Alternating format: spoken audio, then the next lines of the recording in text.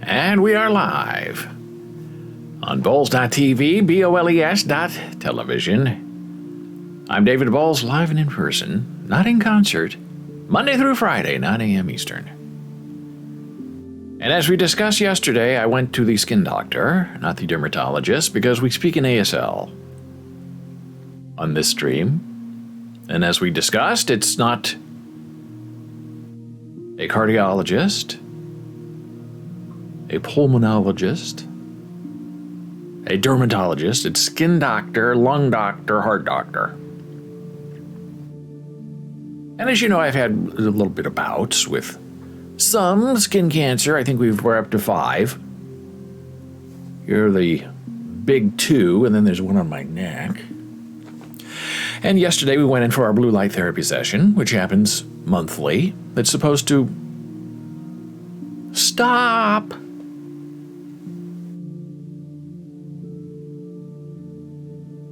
the cancer. And there's nothing you can do now, because all of this damage that has been done to me was done 45 years ago as a child in Nebraska, just running around with fair skin and light-colored eyes and not knowing the danger all around you. And then I moved to New York, and my first skin doctor says, there's nothing good under the sun for you. Don't go outside. Hey, it's Commissioner Gordon checking in from Florida. Hey, it's why I put on sunscreen, even if I'm just going out at 5 p.m. to have a swim in the pool. Now, see, Commissioner Gordon is a lot smarter than I am, because I don't think Commissioner Gordon has had any skin cancer. And I'm supposed to wear sunscreen and a hat whenever I venture outside, and wear sunglasses because of my beautiful light-colored eyes. And I don't. What's wrong with you? Well, the simple answer is I'm just a big old dumb guy. And the more complicated answer is, you're just dumb. Gordon says, I have a mother, who has had it a few times and been treated for it, and therefore warns me at every opportunity. Well, that's a good mother. And it's a terrible, nasty sort of thing that you don't ever want to have to deal with. And I've been very lucky because my skin doctor is right around the corner. He's very old, as I've said, 78. He says he's 80, but he's really 78. Usually when you're that age, you round down, you don't round up. And so we went there yesterday, and he usually just looks at me for 10 seconds, rubs an acid pencil on my face to concentrate the blue light therapy. And yesterday I just asked him, I said, I have these things, and they're getting bigger, and I don't know what they are. And he looked at them, 3 of them, and he said, I don't think it's anything. But based on your history, let's find out. Oh, and he was so excited. So he shot me up with numbing stuff and left the room, and then came back and scraped them off with some kind of hooked scalpel and put them in a jar for testing, and I go back in 2 weeks for the results of my biopsy. But he doesn't think it's anything. But as you can see, they're better than they were. I had Band-Aids all day yesterday. This one, especially on this side, really bled a lot because there's like a vein right there. But your forehead does bleed. Your head bleeds more than the other parts of your body. So everything was looking good until I took my shower this morning and delicately washed my face, got out of the shower, and all the scabbing over had, warmed up? Softened up in the steam, and they were bleeding all over again. So I was like, oh no! Well, that'd be good for the stream, bleeding on the stream. And then everything then I put on my protection. Not my SPF, my protection. To look younger and more vibrant. And now it seems like it's calmed down. Although I do have a slight headache. But I took Tylenol last night, and I took Tylenol this morning, so maybe I'll be all right. I don't know. But I might have to go outside and venture outside today, and I should wear a hat, but now I can't because that's right where my hat would go, right on there, so I have an excuse this time. But the sun is supposed to be good for healing these sorts of scabby wounds, but also in the time in which we live with monkeypox and many variations of COVID arriving, I don't want to go outside because I have this paranoia that it's going to go in my 3 spots now and I'm just going to be all gored up. I'm not a scientist, I'm not a doctor, but I pretend I know things. And now they're saying that there's a COVID wave, right, that they see coming in the fall. And some scientists are saying it's not going to be a wave. It's going to be a flood. Great.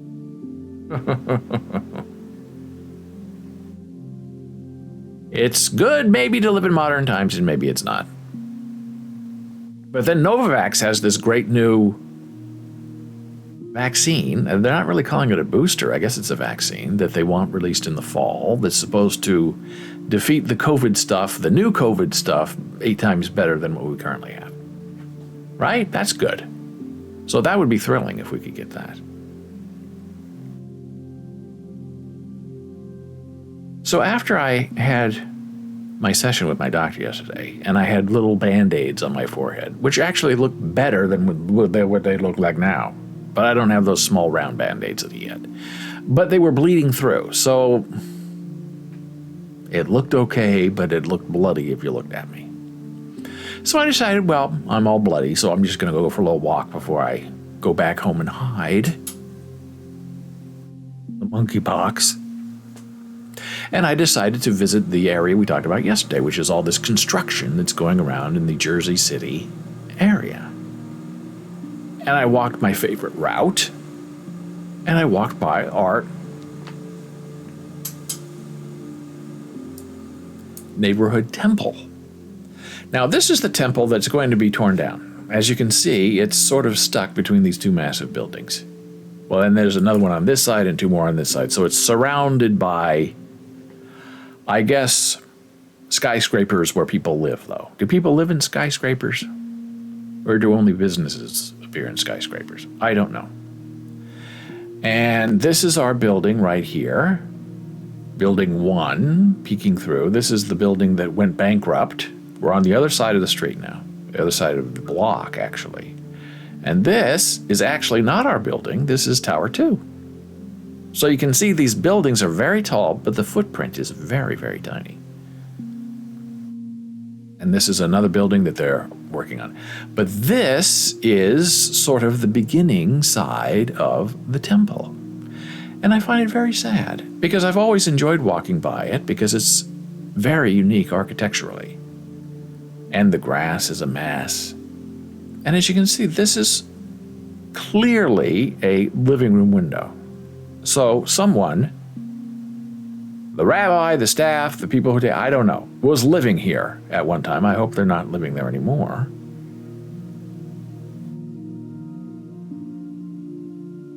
This is the other building that's being built. Hello, Gordon. Gordon says, giving me a link, which is always dangerous when you never know what it's going to become. But we'll look at it. The building creaks and sways. Life in a skyscraper. Okay, Gordon answered the question. From Chicago to Dubai, Manchester to Melbourne. Our cities are climbing above the clouds. What it's like to live on the 64th floor. Well, I can tell you it's terrifying. 432 Park Avenue. That is the infamous tall, skinny building in New York City that most architecturists look at and say it's going to crack in half. I'm sorry. It's going to crack in half eventually because it's so poorly built. And these are multi-million-dollar apartments in this tall, skinny tower. And I believe A-Rod and a J-Lo, when they were dating, lived there, I think, and they bought a place, and they lived there for a week. And they immediately moved out because it was so terrifying, because their apartment would go like this, and immediately put it on the market to sell to dumber people than them. And the problem is, when you go high, you have a problem with delivery of water, because pipes are not meant to sway. Elevators are not meant to go up and down in a swaying building. And these are the chronic problems, that there's flooding and people have to walk up flights of stairs to get to their apartment. And yet, people still buy. I don't think that a lot of people are living there. I think they're just buying it to hide their money. I think these are great foreign investment schemes. But the views, if you've seen the views from the Park Avenue building, are really spectacular. Now, would you pay $67 million for it? What? Whoa. I don't know, but people do.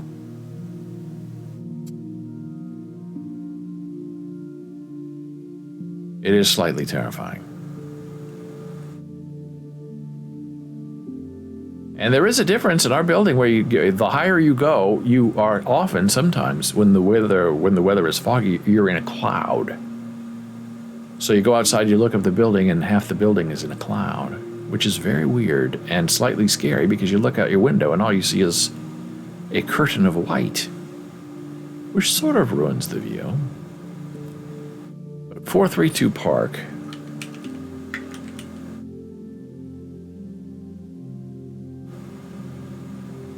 is really just fascinating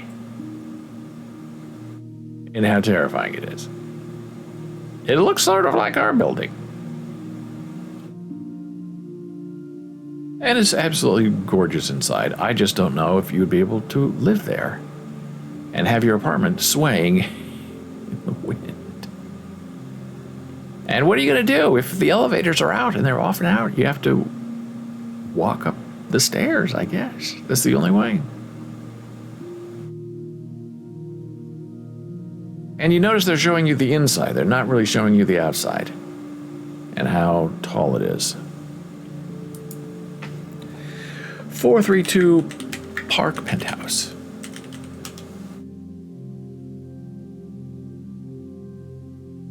Zillow usually has good. Okay, I'm not sure if this has good images. I'm not sure if this is the one I'm thinking about. There's a really skinny one that terrifies people. But I have looked at this one. I've seen images of this. 43 pictures of this apartment. Now, this is interesting, to take a bath overlooking Central Park. And I guess you're so high up that no one could really see you bathing naked. Although I wouldn't put it past a drone to visit you. But the views are wonderful. Sometimes you're a little too high up and all you're looking at is a cloud. You can't get out of it. And the rent estimate of that apartment is $54,000 a month. So back on the ground, this is our neighborhood temple. And this is like the door where you go in, and this is the temple side over here, and there is some kind of beautiful artwork with two tablets embedded in this side of the building, which I don't have a photograph to show you because it's covered with trees and vines and icky stuff. And then you just look at this and you wonder, why leave it like this?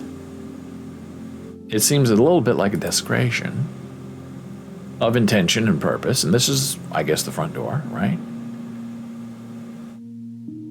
And all these terrible weeds. Presumably, Gordon says, the Ten Commandments. I'm sure you're absolutely right, because that is sort of what it looks like if I'm imagining what they look like in the movie. And they're right on that side. And I tried to get a picture of it, and it just, there's nothing to take a picture of because they're completely obscured. Where they used to be half of the building. So you leave all of this here, right? Sons of Israel. I guess the menorah is right there. And then here's your name. Hey, Friday evening, sundown, come on over. I guess people know there's nobody in there. But there's the phone number, the names of the people. I don't know why you would leave that up. It seems disingenuous and maybe a little dangerous for someone who tries to show up and celebrate the Sabbath and there's nobody home. It's an empty shell of a building. But all the times that we've lived here for about 7 years in this area, 5 years in this area, every time I walk by, there's never anybody there. There's never a car parked there. I've never seen anybody in that kitchen window walking around. It's all very bizarre. So I don't know if there's some kind of process when you tear down this building to deconsecrate it or something. I don't know what the term would be. Or walk up, Gordon says.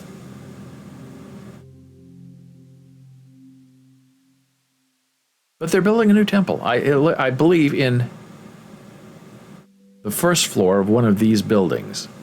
And there are other buildings on this side that they're building. And this whole place where the temple is going to be a plaza, I guess, where you go and you walk your dog and you don't pick up your dog booty. So that was a very interesting discovery yesterday and sort of sad because the architecture here is very weird. You have this kind of brick over here, right, where the Ten Commandments are. Then you have regular brick. Then you have this kind of sandstone. And then you have this whole thing that's clearly just an add-on to add, I guess, value and living space. And I've never gone over there. And this sign, it says, don't park here. It's private property. Not that you would, but just a little bit scary. And this is what I love about these kind of buildings is you're looking at them, but you're not looking at what's the building, you're looking at what's behind the building, which is a whole other tower that they're building. It's a mirror for what's behind you. You want to watch your six? Live near a mirror building. So there you go. Weird stuff, right? And this appeared yesterday, which I thought was just terrific. And this was published before the whole Brett Kavanaugh stalking thing, where somebody's going to go out and take out Brett Kavanaugh and then shoot themselves in the head to be remembered. We talked about that, right? Last week. The one thing in common with these mass shootings, school shootings, supermarket shootings, mall shootings, stalking Brett Kavanaugh shootings,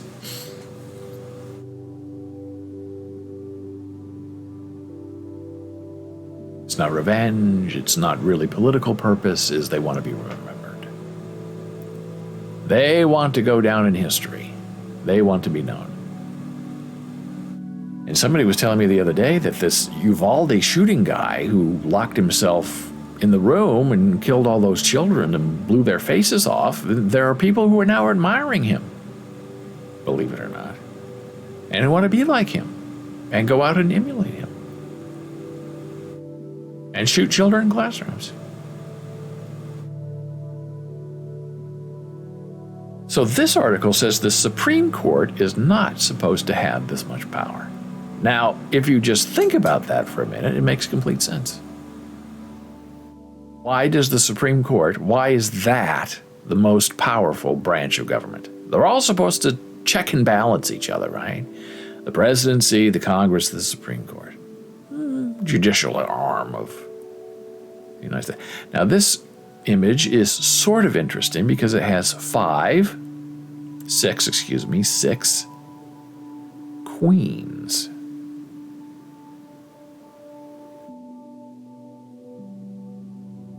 I guess they're trying to say that there are 6 conservative justices, and they're all queens. Now, they're not talking about anything sexual, they're talking about the game of chess. But if you're a chess player, the most powerful piece on the board is not the queen. It is the king. Because if your king is in trouble, the game is over. You can lose your queen early in the game and still play and win. So somebody doesn't understand the meme they're trying to create. It's very annoying. And the other annoying thing is when you see like television commercials and they have a chessboard and they do not put the queen on the right square, it just ruins the whole thing because these are people who are just using it as a prop and not as an intention. So just so you know, the queen always belongs on her color. The white queen is on the white square. The black queen is on the black square. And if you're looking at this, if you're setting up the board, you know where everything is. The board is here, and this, all the way, this corner, If you're playing white, that corner is white. If you're playing black, that corner is black. And then the queen belongs on that color. In the middle. So right away, the idea of the story is great, but the graphic is wrong.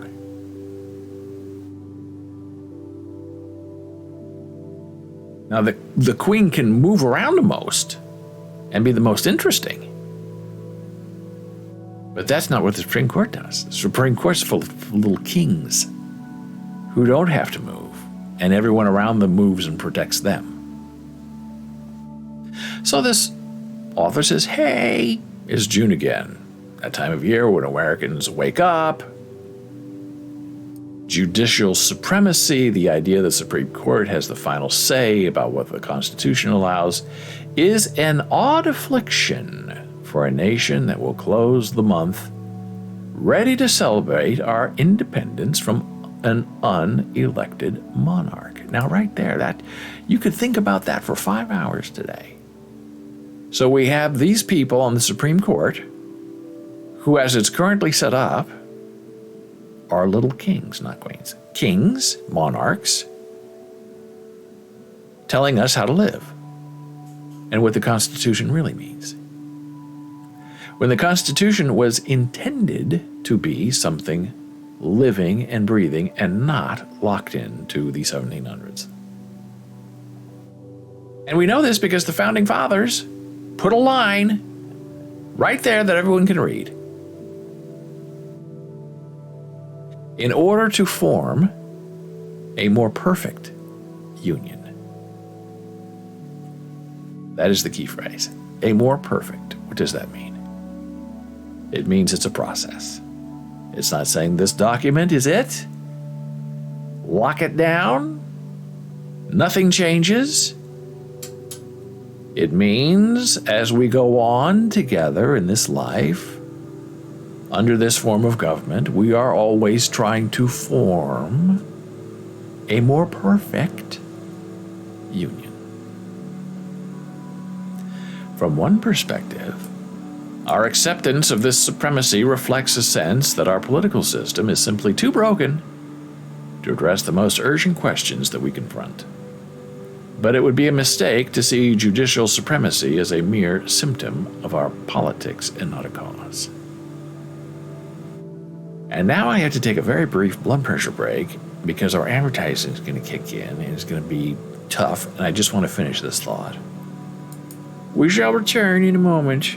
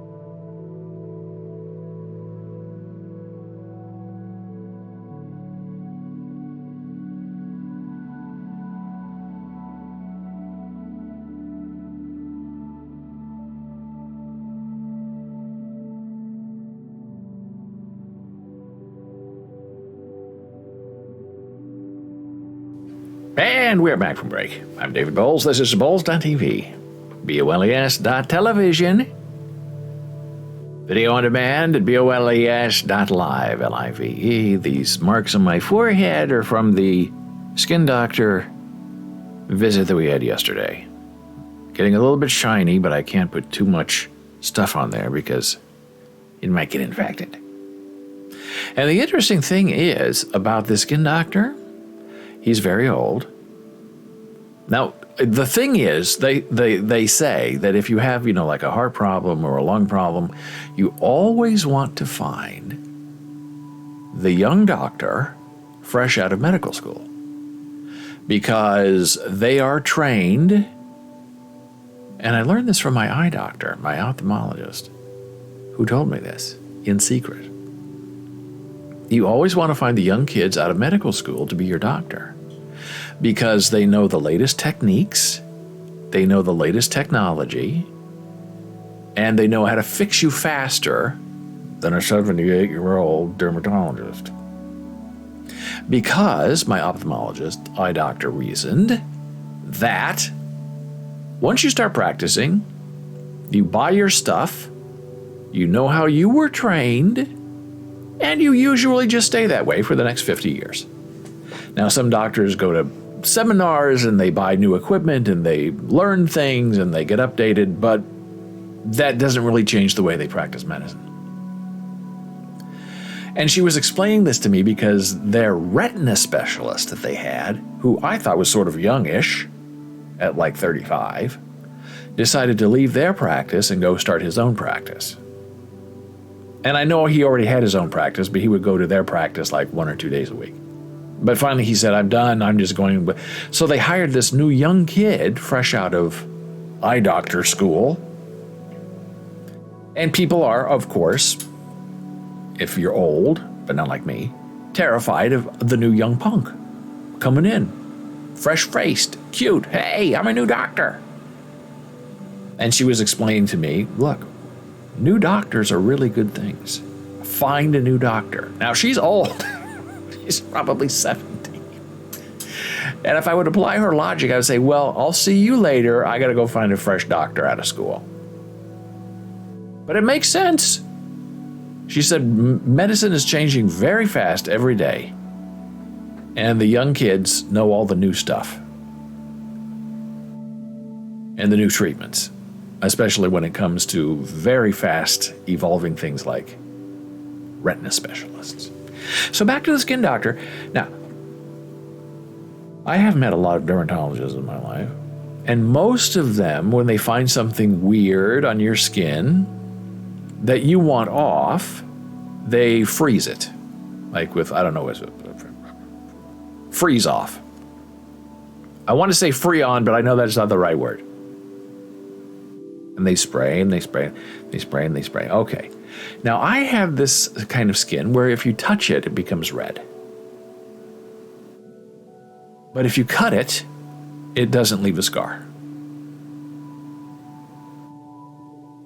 But if you spray it with the freeze stuff, it has no effect. My skin says, okay, you're freezing me, freeze me, I'm from Nebraska. You're freezing me, you're freezing me, you're freezing me, you're trying to give me frostbite, I'm fighting back. And then nothing happens. So you go into the skin doctor again, they spray, nothing happens. Now, I did not tell this to my old 78-year-old, 80-year-old skin doctor because he doesn't really believe in that. Other skin doctors I've had do. And I tell them, when I wasn't going to the doctor regularly, I would sometimes be my own doctor and buy the freeze-off stuff. And if there was a little thing on my face or my cheek, I'd put it on and freeze it off myself, which I'm not supposed to do. And that's why you do it in the bathroom, so your wife can't find you until it's too late and you've already done it. But the one thing I learned is if it says for me to leave it on for 30 seconds, I have to leave it on for a minute and a half, or it doesn't work. I have to get the same result, but it takes me 3 times as long. So I have learned as gross as it sounds, to leave that thing on my face when I'm doing it myself until I hear the skin pop. And when it pops, then I know my treatment is done. And it usually works. So yesterday, if I were going to my previous dermatologist, they would just freeze all these things, right? And it'd be red and sort of painful because that's what they're giving you. They are giving you frostbite in the hopes that the skin will then fall off, but it doesn't work.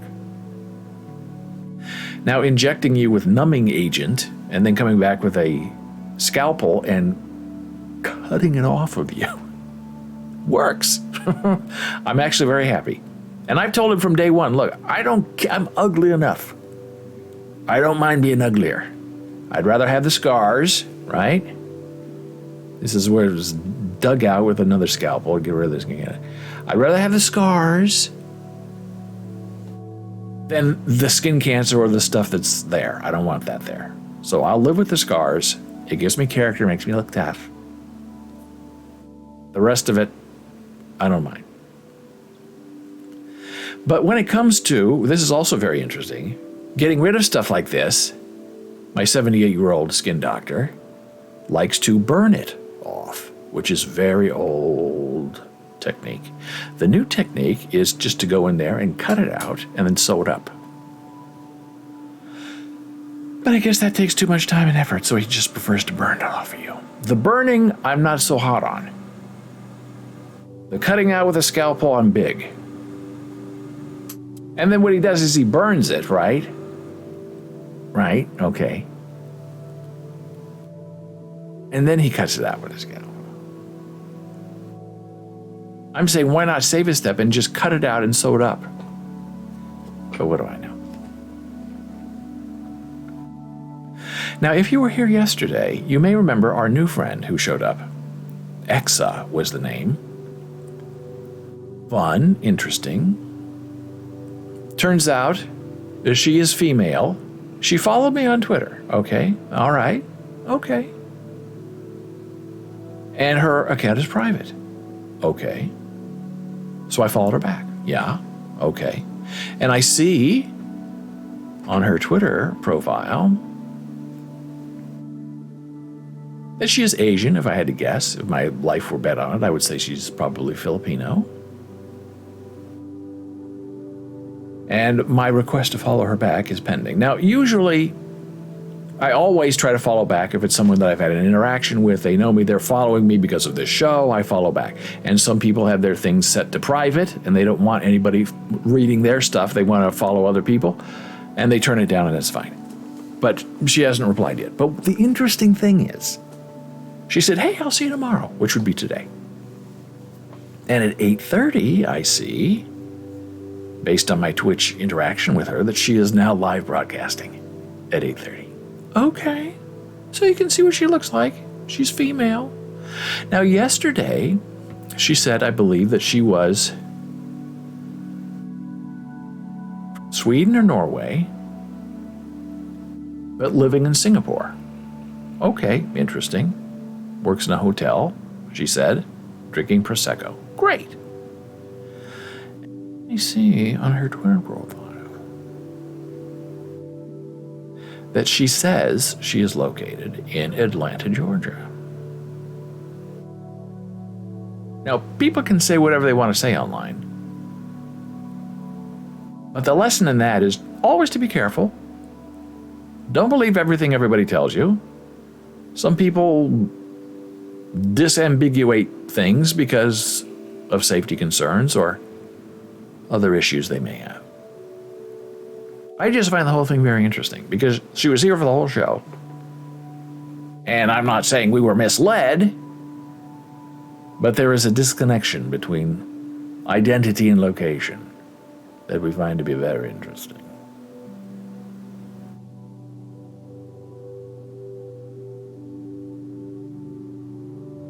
And now I'm about to find out that Commissioner Gordon is not living in Florida. He is located somewhere in the forests of Germany. I feel something like that's coming. I don't know. Maybe I'm just being paranoid. Hey! Back to the Supreme Court. And I should put this link in chat because it's an interesting read.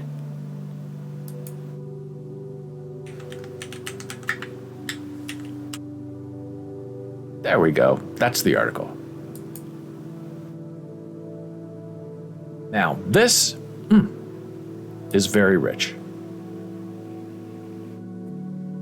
Contrary to what many people have come to believe, hey, there's Gordon. The commissioner posted a comment earlier that maybe I missed. I'm sure I did miss it because I'm not paying attention. Bing says, thank you. See, you always have to tell me because I miss stuff. And if you think I miss stuff, you should see Jana Marie on the weekend. She doesn't see anything. I'm always saying, did you see this comment? And she doesn't see it because she's thinking. Bing says liquid nitrogen. Yeah, I really do. I love that stuff. You can really, if you sort of know what's going on, be your own skin doctor. And sometimes I get little skin tags that one of my dermatologists, who was tired of cutting them off of me, said, well, they look like this and they do that. And you just need to come in every once in a while and get them cut off. It's like having a haircut. And then he said, oh, by the way, your insurance doesn't pay for that. So that's when we had bad insurance. Long time ago. So I said, okay, I'll do it myself. And I did. Sometimes I would cut them off. Sometimes I would burn them off with liquid nitrogen. And that stuff can be very dangerous. I'm surprised they can sell that over the counter because in a child's hands, they could do a lot of damage. Contrary to what many people have come to believe, judicial supremacy is not in the Constitution and does not date from the founding era. It took hold of American politics only after the Civil War, when the court overruled Congress's judgment that the Constitution demanded civil rights and voting laws. Very interesting. The court has spent the 150 years since sapping our national representatives of the power to issue national rules. Wow. Fascinating. Because this is different. I mean, you watch the news. Oh no, the Supreme Court is the supreme law of the land. They decide everything we do, they know. Well, who said that? That's why I'm so glad we have this article.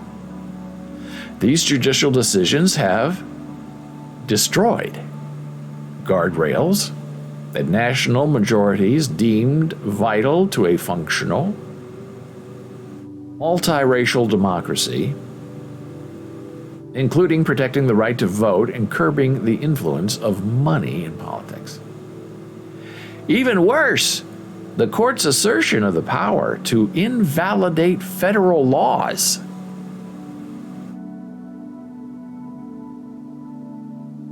has stripped Americans of the expectation, once widely shared, that the most important interpretations of the Constitution are expressed not by judicial decree, but by the participation of we the people. Wow. And that's where we're heading. The markers are set. It doesn't matter what the people want, what the majority of the people desire. It only matters what the minority wants. And the minority, who now has the majority on the Supreme Court. So they believe they can do whatever they want to do, mess with whatever election rules they want to get the decision that they need. And the Supreme Court is going to say that's just fine. Now, will we, the people, stand for it? That's the question. And that's the inherent danger in this stalking of Brett Kavanaugh. Because the other justices are getting very worried. Because if you have some uncontrollable maniac out there who calls 911, says, I don't feel good about myself, I'm killing myself. By the way, I'm on the way to Brett Kavanaugh's house. But if you had a systematic form of revolution where basic rights are being taken away irresponsibly by a politically driven court, that's dangerous. And it will only escalate from there. You take one of ours, we'll take two of you, right? Until suddenly you have nothing but anarchy. Which is what some people want. They don't want a democracy.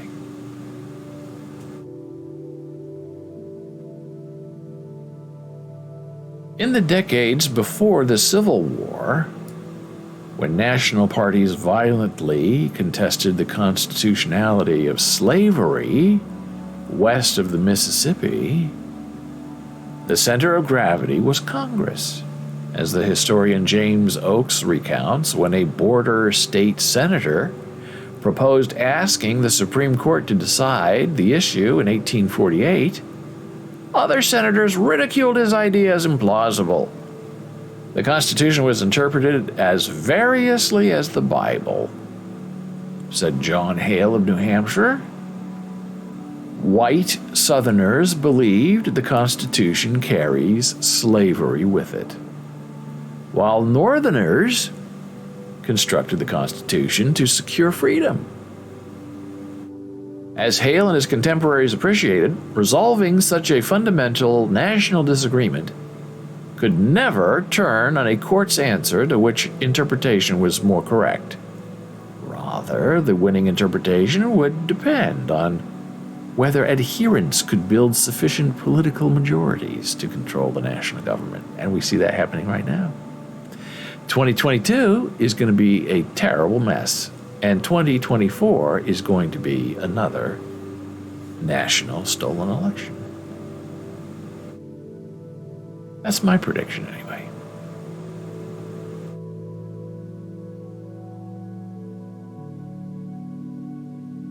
Abraham Lincoln successfully ran for president on a platform of repudiating the court with national legislation. In Lincoln's inaugural address, he remarked that the candid citizen must confess that if the policy of the government upon vital questions affecting the whole people is to be irrevocably fixed by the decisions of the Supreme Court, then the people will have ceased to be their own rulers, having to that exact practically resign their government in the hands of that eminent tribunal. And we're there now. It's a very frightening thing. They're going to loosen gun laws. They're going to restrict abortion. They're going to be two-faced about it. And half the country and half the Senate are just fine with it. It's what they want. We live in very terrifying times. But we've lived in a relatively free and open democracy, I would say, since the revolution of the 1960s. And it's taken 50 years of them trying to turn the clock back to the 1950s. And that is slowly happening, and it will happen within the year. And then what are these people going to do? Are they going to fight back, try to get their freedom? Or are they just going to give in and go along with it? So far, just going along. A lot of talk. Chuck Schumer, Nancy Pelosi, a lot of talk. Big talkers. Can't get anything done. And this article from The Atlantic, wonderful magazine. Let us subscribe, but boy, it's very expensive, and they never give you a discount. If they give you a little discount, boy, I think they'd have a lot more readers.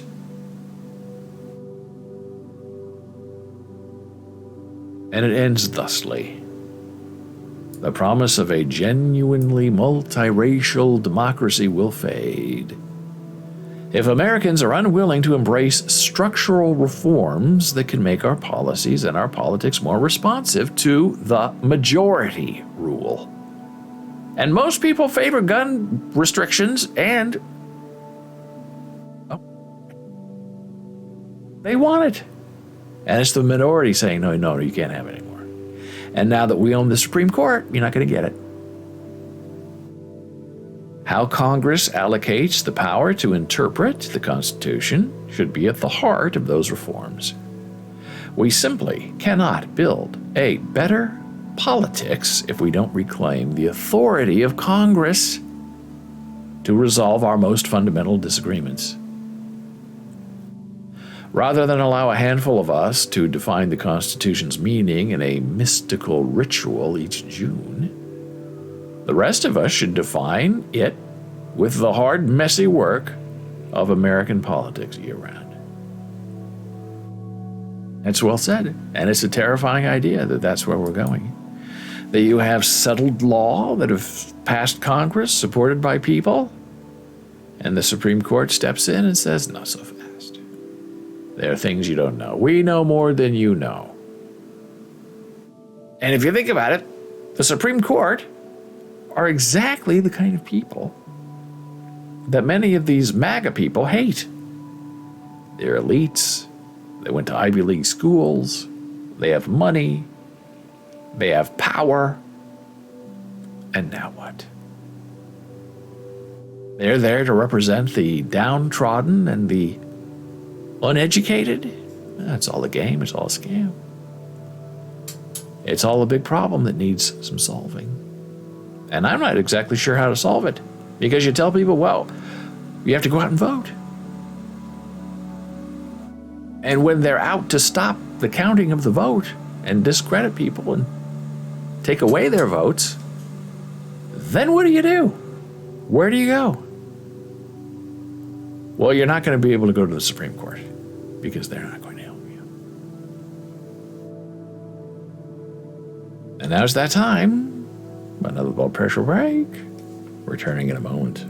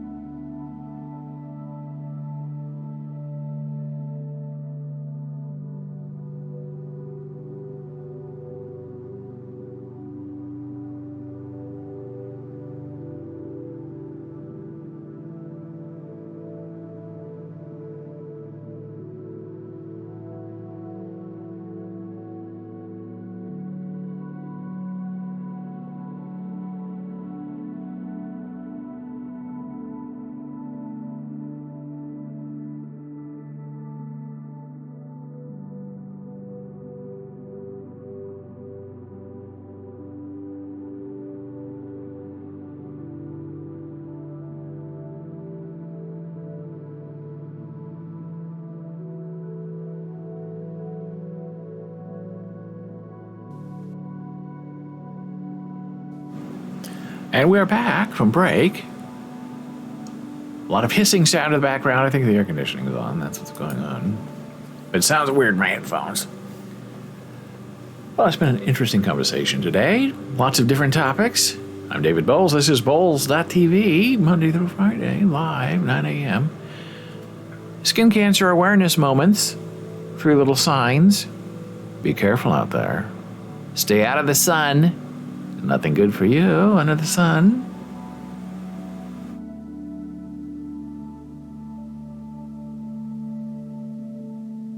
So now we're going to have our brief conversation just to check in with our digital art of the day. Ethereum, hey! Oh boy, we're a little down. It says we're up, but down. Earlier in the day, we were at 1,800, and now we're at almost 1,800.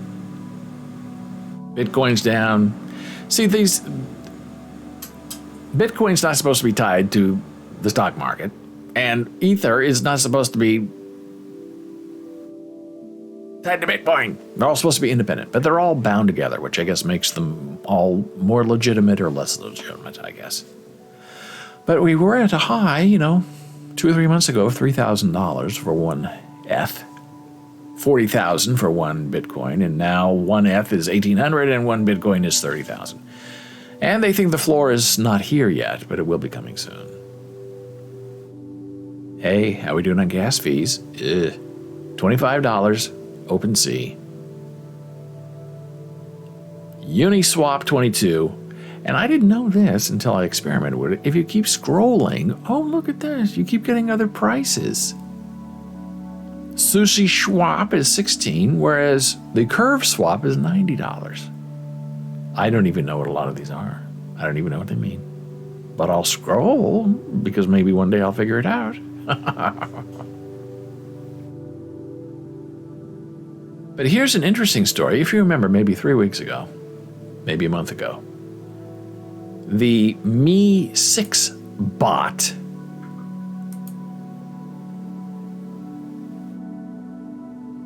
which has like 2 million Discord servers.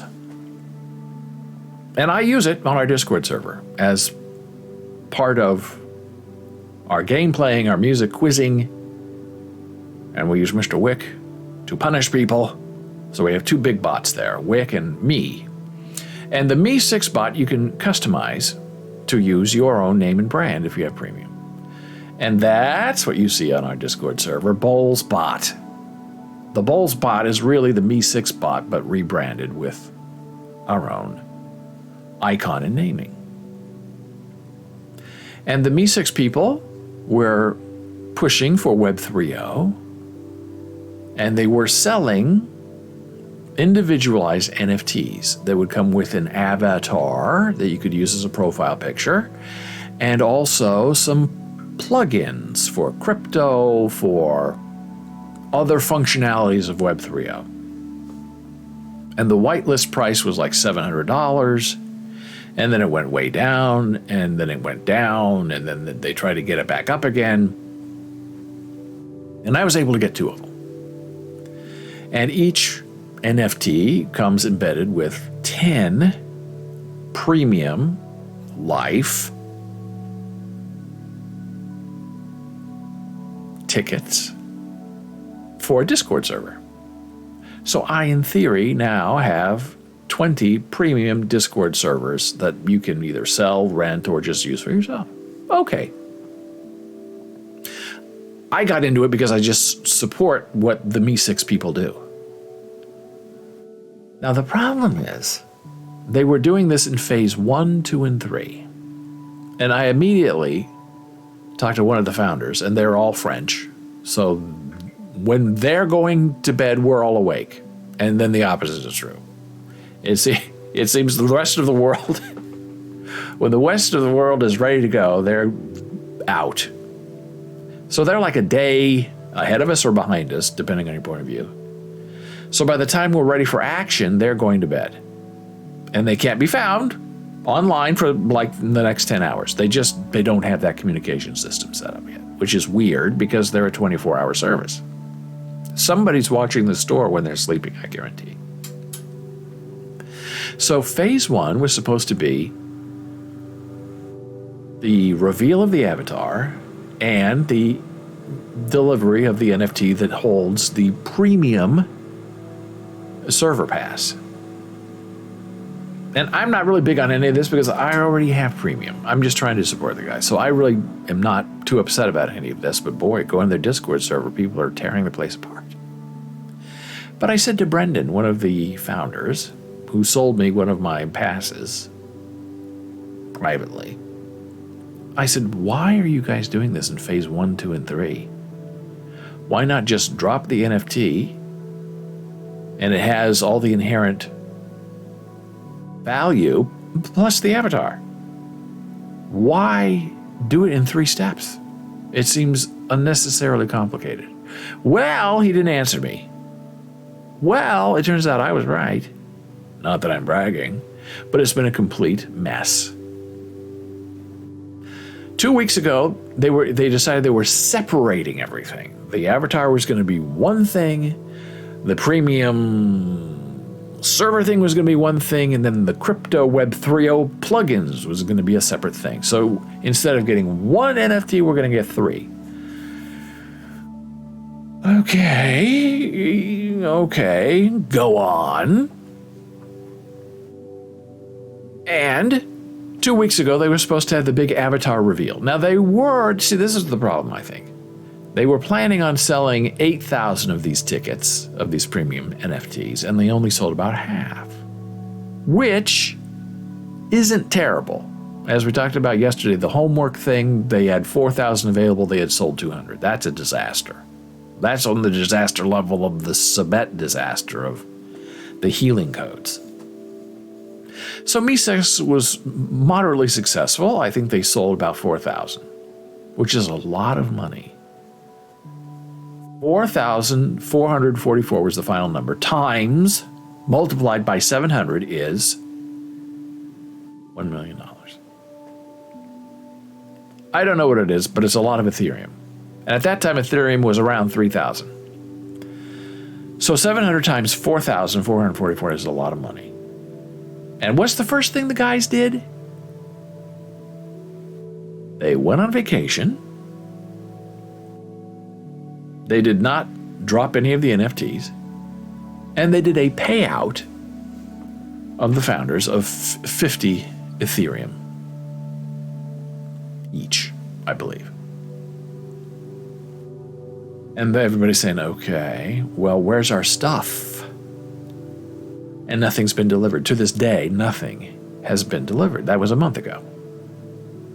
And the first whitelist was 2 months ago, and it was supposed to last for 10 days, and then they extended the whitelist sale by another 3 weeks, which really upset people who purchased during the first wave of the whitelist. So last Thursday, they were supposed to deliver at least the avatars, which nobody really cares about, but people want something for the money that they spent. And they said, oh, we can't do it because the people we're using, chain analysis, is slow. And because each of these profile pictures are going to be slightly different because they're all computerized, some will have an eye open, an eye closed, and they're all the Mi6, I guess, circular round bot thing. I don't know. But they have to be programmed into the system so they can deliver unique looks for all the avatars. Okay. Why this wasn't thought about, 3 months ago, nobody can answer that question. But they were supposed to be delivered on Thursday, then they changed it to yesterday. Okay, so 4 o'clock p.m. was when they drop everything, which I guess is like 10 p.m. in France. I don't know. They drop a placeholder instead. This is the placeholder. And people are saying, okay, I got my placeholder. Where's my avatar? What's the reveal? Because you can click on that and say refresh metadata, and it will be delivered to you. But there is no metadata to deliver. Because after they posted this, and people were worrying about it for 6 hours, they posted another update saying, hey, Chain Analysis has to do 4,000 of these avatars, and they're not going to be able to get to it until Sunday.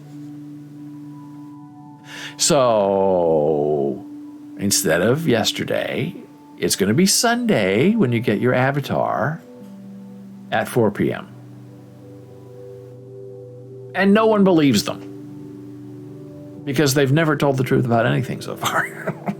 They've lied about every deadline they have, which is unfortunate because they're one of the very popular bots.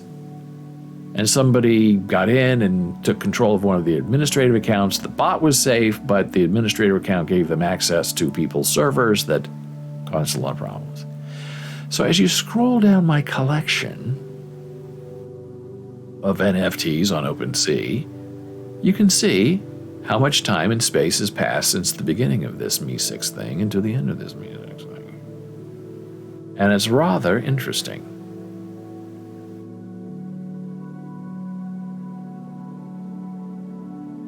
Hey, Gordon. Autumn Jana Marie.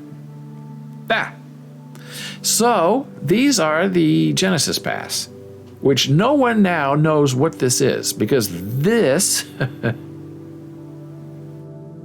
was supposed to be the avatar. But this has now, I guess, been made into nothing. It doesn't have anything attached to it. There's no Web 3.0 stuff. There's no premium anything. I guess it's just a placeholder to keep people quiet. I don't know. But it all started with this, which is actually sort of interesting looking. This is the pre-reveal for your avatar.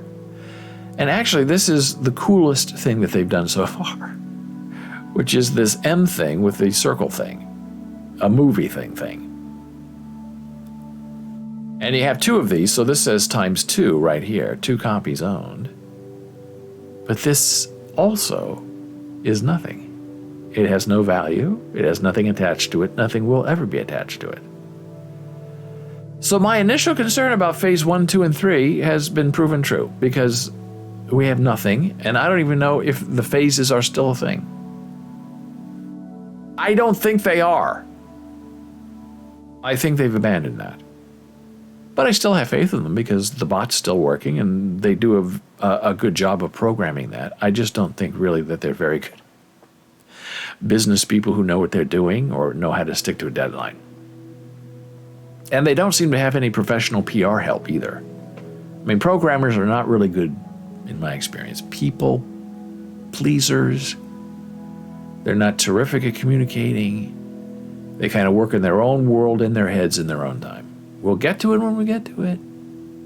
Okay, that's fine, but if people have already given you, on average, $700 for one of these things, and they have nothing, you really can't blame them for saying that this is a rug pull. And I don't believe it is. But if you look on their forum, people say it is. Well, as you know, I am a son of the great state of Nebraska. But I am a Bob Kerrey Nebraskan. I am not one of these ultra-conservative weirdos who now run the state of Nebraska. There was a book 10, 15 years ago, What's Wrong with Kansas? And how Kansas used to be this wonderful, rural, fun state, and it became this terrible pile of corruption and conservatism. Well, now I want to say, what the heck is wrong with Nebraska? Why?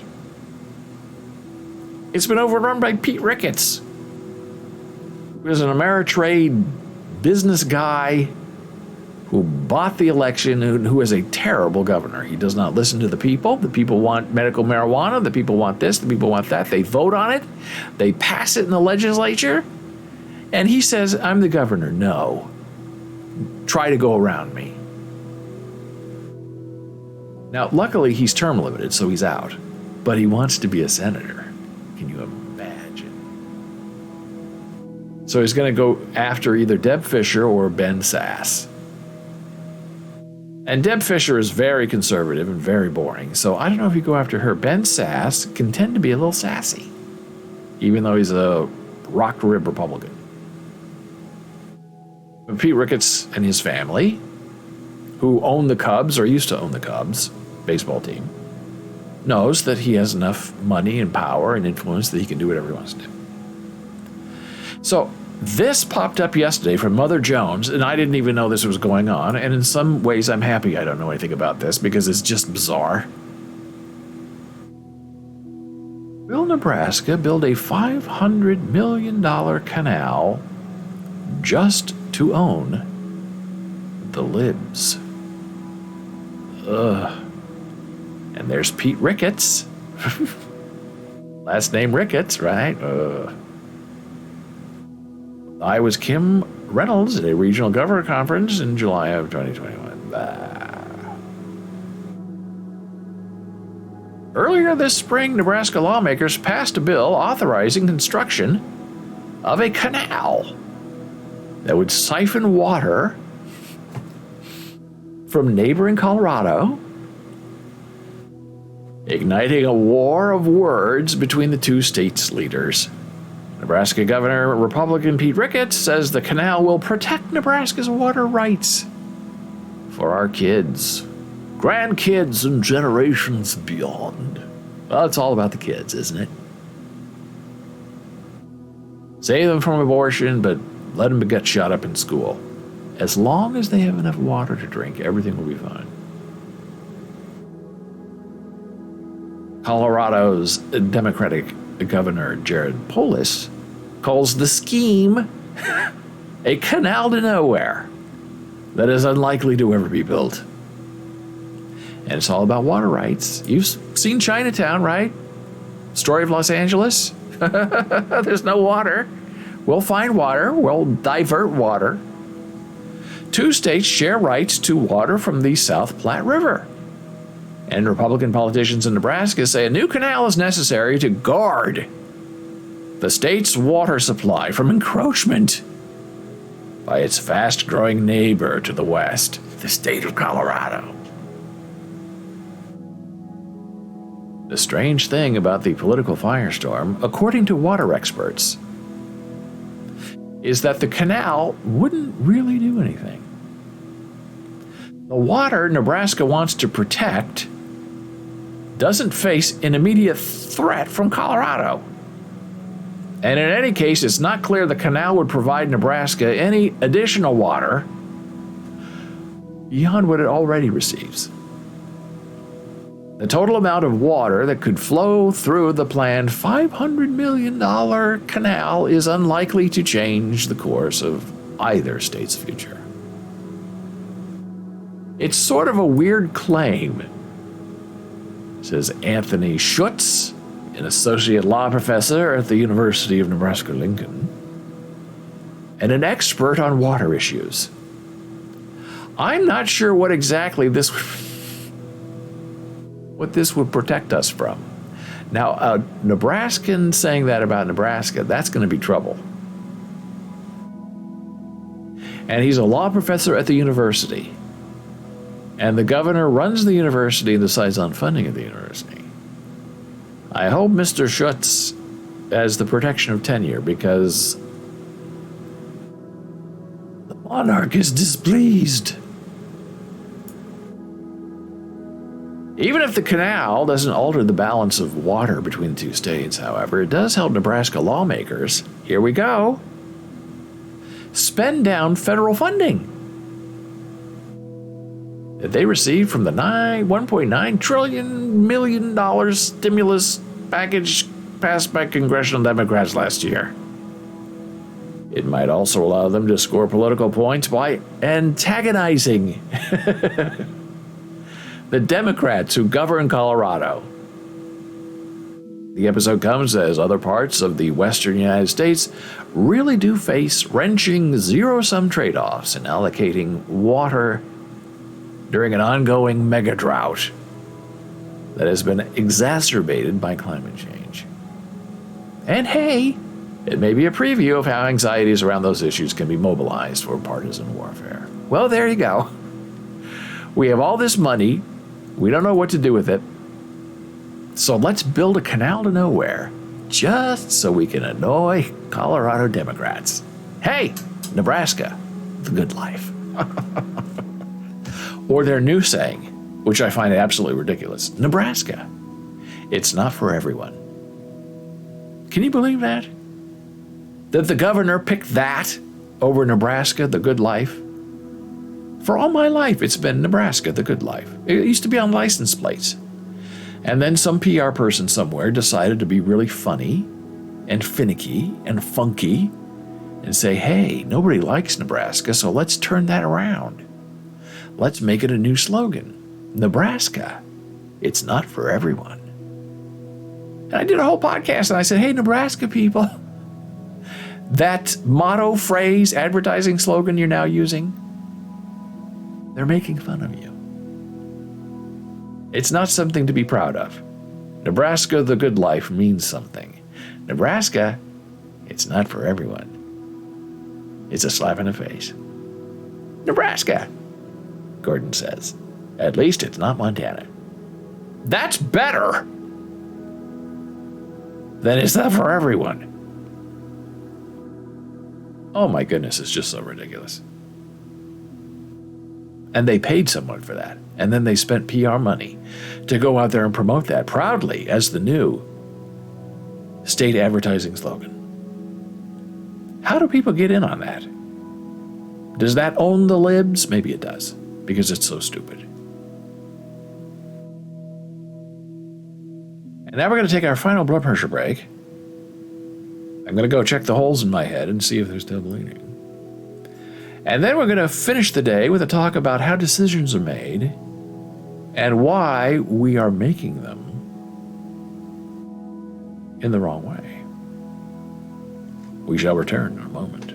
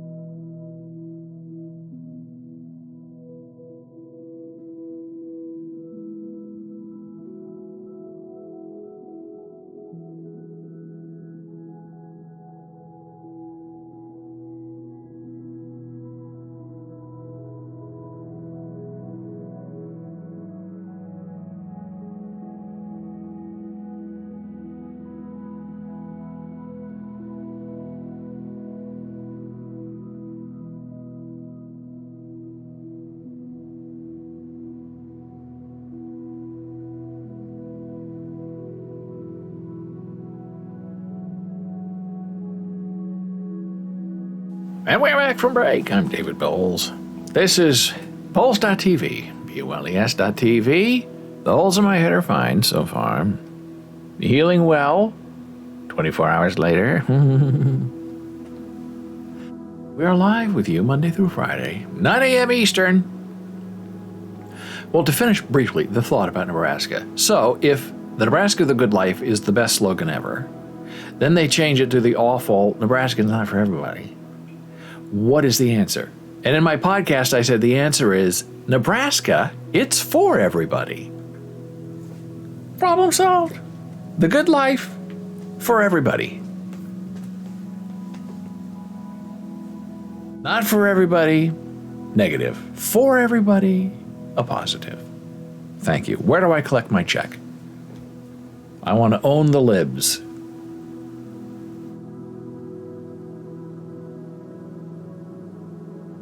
Now, this is a very interesting new study. I've read a lot about this, and the original study is very hard to get to because it's behind a paywall.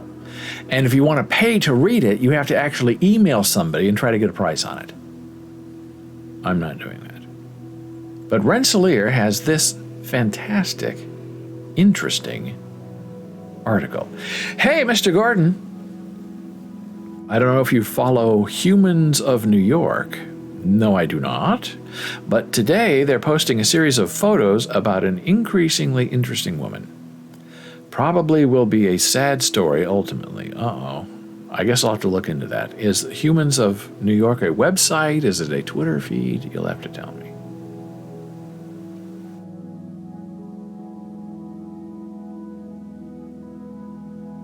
And by the way, I'm also out of my heart medication. Now, my pharmacy is trying to contact. They post on Facebook primarily, I think. Oh, I dread Facebook, but I'll go look for it. I find it a toxic swamp sometimes, but it could be good. But the people, I mean, Facebook itself is fantastic. It's a wonderful idea, but the community that some people choose to create actively is very disappointing. But I'm sure this is a wonderful community.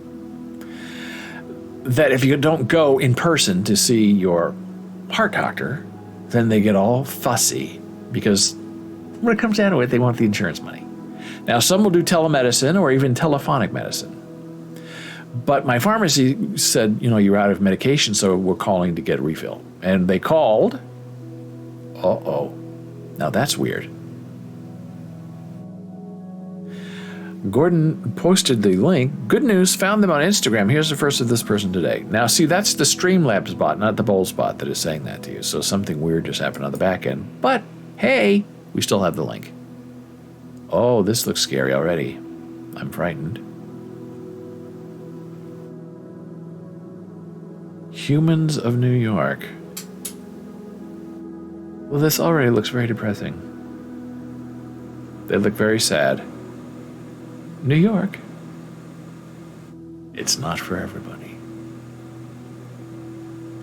Which is probably more true than Nebraska is not for everybody, because Nebraska is for everybody, because nothing's going on there. You do whatever you want. There should be a caption with that photo.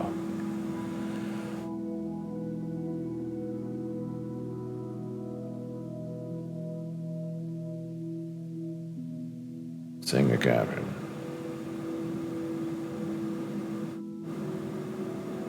But this is, I guess, just my setup. When I have this very tiny window. It's no work. On my screen, the caption is on the right of the photo. Oh, I'm going to have to look at it on my big computer and then read it to myself. I'll do. Because I have to have a very small window, so it shows on the stream. So I'm, okay. I wasn't the first preacher's wife to run away. There had been 3 more. One met a man on the internet.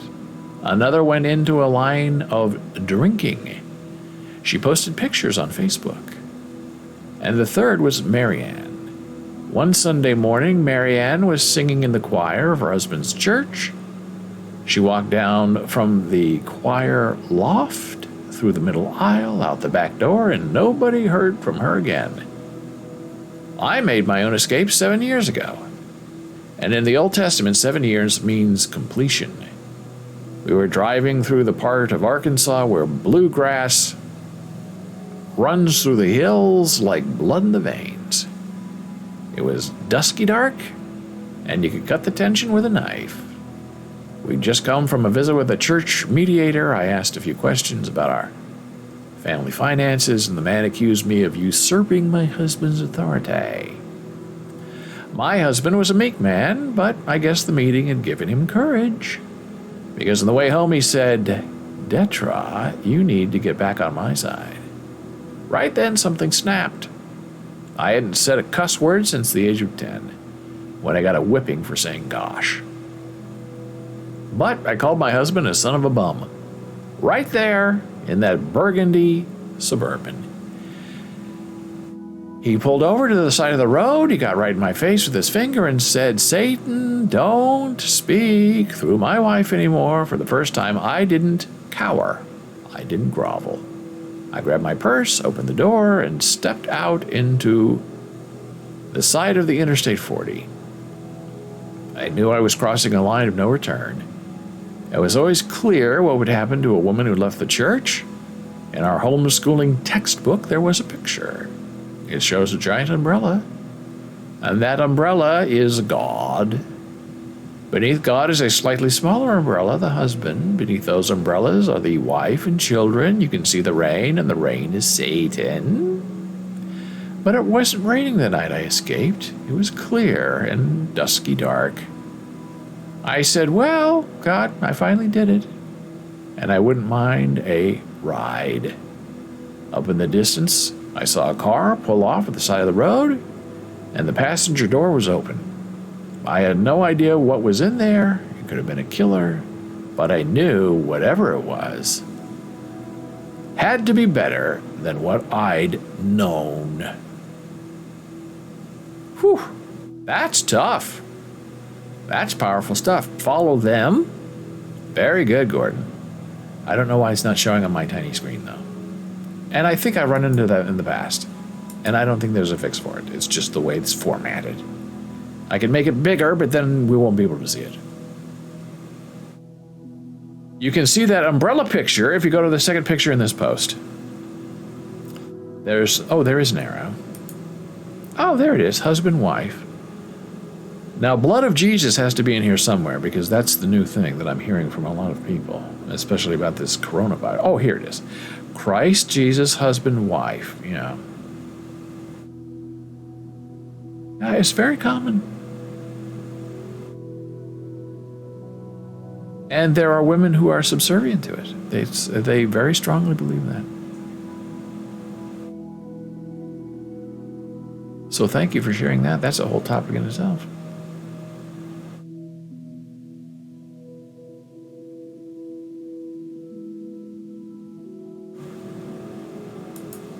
And we hope she's doing all right.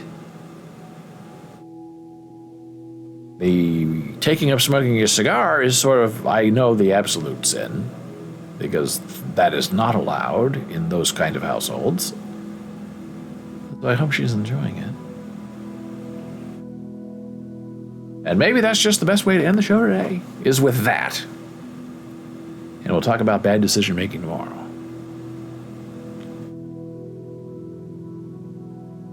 You can guarantee Honey will be posting, I'll say, since this was just one of 15.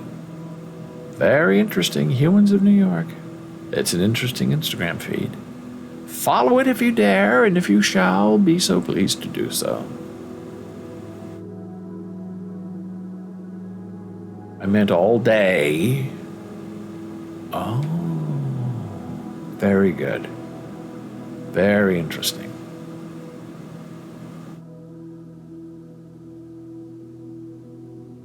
Yes, New York is a very interesting place to live. A lot of different kinds of people. And they all have a very interesting story. And sometimes they are of escape, and sometimes they are of revolution.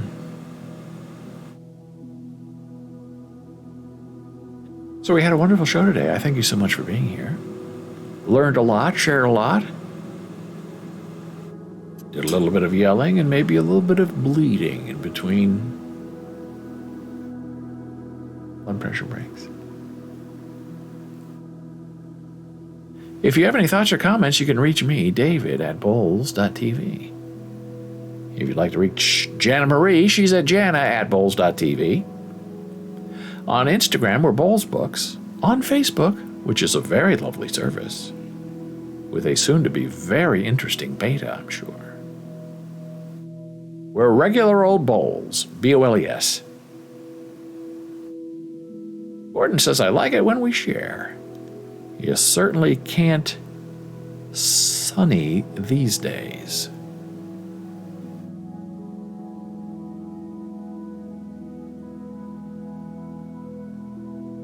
I'm not sure what that means, but I'm going along with it because it's from the commissioner. Not every comment deserves an answer.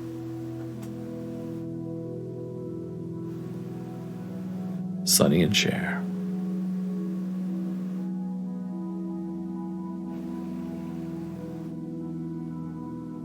I love Sonny and Cher.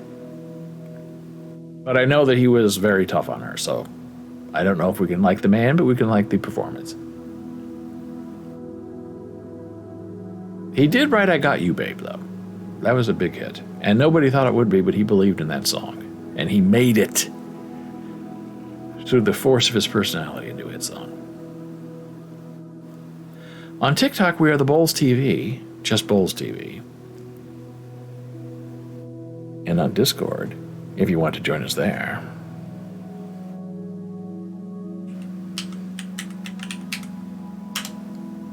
We are there. So if you have any thoughts or comments, be sure to let me know. Lots going on, lots to think about.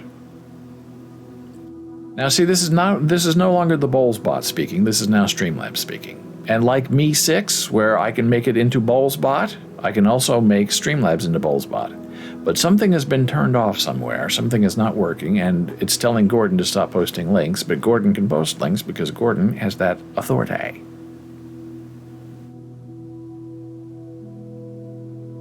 So until tomorrow at 9 a.m. Eastern, I bid you a good day and a wonderful nap. And I hope you have a good sleep. And when ye shall awaken, I hope you feel full of joy in your soul, and you are refreshed, and you are free, and you are unencumbered. I'll see you tomorrow.